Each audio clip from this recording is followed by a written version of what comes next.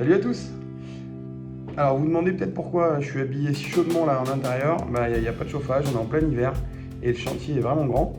Donc du coup on a été obligé aussi de faire un petit stop là sur les travaux pour pouvoir avancer aussi dans la démarche de réflexion.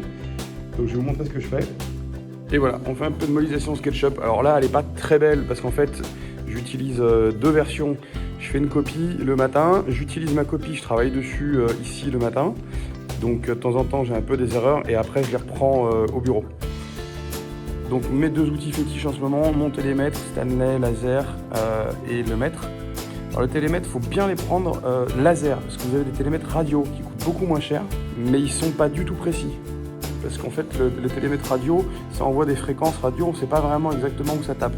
Alors que le télémètre laser, on a un point bien précis et on est précis au millimètre. Et donc en fait, vous voyez ici, pour l'instant, là il y a une asso, on prête les locaux à une asso, pour ça que vous voyez les fuites de bière et tout. Mais voilà, pour faire les plans de tout ça, donc on a les voûtes, la hauteur sous voûtin, les baies vitrées, tout ça c'est un peu long à prendre. Voilà, et surtout qu'en fait, en plus, on a des différences de niveau quasiment à chaque pièce. Et là, j'ai 5 cm. Là-bas, j'ai 10 cm.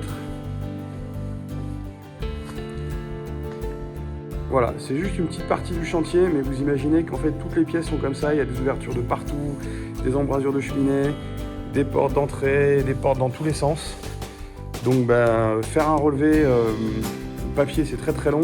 Ça va plus vite pour moi de le faire directement sur l'ordinateur. Et puis comme ça, je vois où il y a des erreurs, et puis après, je les corrige un peu le soir. Et voilà, bon là on y retourne parce qu'il fait froid et à bout d'un moment, c'est mes doigts qui disent stop. A plus tard.